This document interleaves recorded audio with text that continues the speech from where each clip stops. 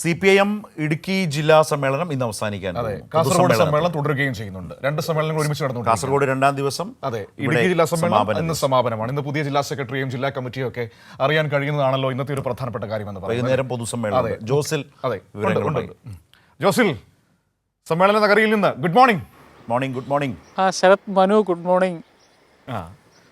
അപ്പോൾ ഇന്ന് ഇടുക്കി ജില്ലാ സമ്മേളന നഗരിയിലേക്ക് നമ്മൾ എല്ലാവരും നോക്കുന്നത് പുതിയ ജില്ലാ കമ്മിറ്റി വരുന്നു, പുതിയ ജില്ലാ സെക്രട്ടറി വരുന്നു, അങ്ങനെ പാർട്ടിയെ നയിക്കാൻ പുതിയ നേതൃത്വം എത്തുന്ന ദിവസം കൂടിയാണ്. അതിനുവേണ്ടിയാണ് ഇന്ന് കാത്തിരിക്കുന്നത്. ഒപ്പം തന്നെ വൈകിട്ട് മുഖ്യമന്ത്രി പങ്കെടുക്കുന്ന സമാപന പൊതുസമ്മേളനം.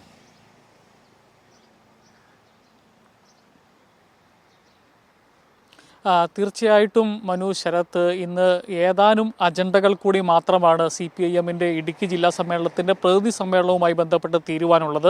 അതുകൊണ്ട് തന്നെ ഇന്ന് 11 മണിക്കാണ് പ്രതിനിധി സമ്മേളനം ആരംഭിക്കുന്നത്.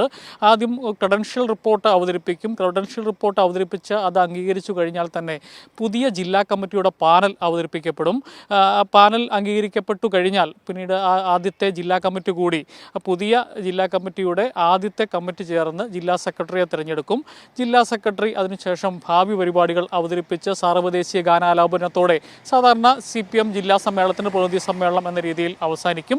അതിനുശേഷമാണ് ഇവിടെ ഈ തൊടുപുഴയുടെ നഗരവീഥികളെ ചുവപ്പണിയിച്ചുകൊണ്ട് 10,000 റെഡ് വോളണ്ടിയേഴ്സാണ് നിരക്കുന്ന റെഡ് വോളണ്ടിയേഴ്സ് മാർച്ചും അതുപോലെ തന്നെ 50,000 ബഹുജനങ്ങൾ പങ്കെടുക്കുന്ന വലിയ പ്രകടനവുമെല്ലാമാണ് ഇവിടെ അറേഞ്ച് ചെയ്തിരിക്കുന്നത്. പൊതുസമ്മേളനം മുഖ്യമന്ത്രി പിണറായി വിജയനാണ് ഉദ്ഘാടനം ചെയ്യുന്നത്. പൊതുസമ്മേളനത്തിന് മുന്നോടിയായിട്ടുള്ള ഈ പ്രകടനമാണ് ഇന്നത്തെ ഏറ്റവും പ്രധാനപ്പെട്ട കാര്യം. അതോടൊപ്പം റെഡ് വോളണ്ടിയർ മാർച്ചും തൊടുപുഴയിലേക്ക് എത്തിച്ചേരേണ്ട പ്രധാനപ്പെട്ട പാതകളെല്ലാം ചെമ്പട്ടണിയും എന്ന കാര്യത്തിൽ സംശയമില്ല. കാരണം 3 സ്ഥലങ്ങളിൽ നിന്നാണ് ഇത്തരത്തിൽ 2 സ്ഥലങ്ങളിൽ നിന്ന് പ്രകടനവും ഒരു സ്ഥലത്ത് നിന്ന്, ഇപ്പം മങ്ങാട്ടുകവല സ്റ്റാൻഡ് കേന്ദ്രീകരിച്ച് അവിടെ നിന്ന് റെഡ് വോളണ്ടിയേഴ്സ് മാർച്ച് ആരംഭിക്കും.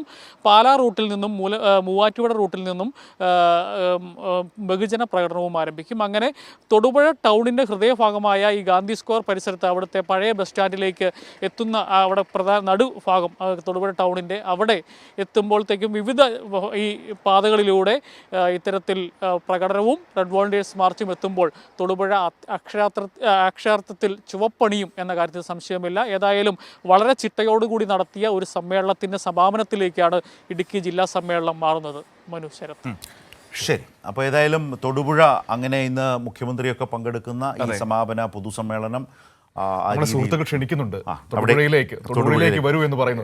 ഞാനൊരു കാര്യം പറയട്ടെ, സത്യത്തിൽ ഞാനൊന്ന് തൊടുപുഴയിൽ പോകണമെന്ന്, ഒന്നെങ്കിൽ തൊടുപുഴയ്ക്ക് പോകണം, അല്ലെങ്കിൽ കാഞ്ഞങ്ങാട് പോകണം ഒന്ന് ആഗ്രഹിച്ചിരുന്നു. രണ്ടും നടന്നില്ല. രണ്ടും എനിക്ക് അടുത്തടുത്ത പ്രദേശമാണ്. വീട്ടിൽ നിന്ന് തൊടുപുഴയ്ക്ക് പോകാൻ ഇപ്പോൾ സമ്മേളനം നടക്കുക. മനു ഇവിടെയുണ്ട്.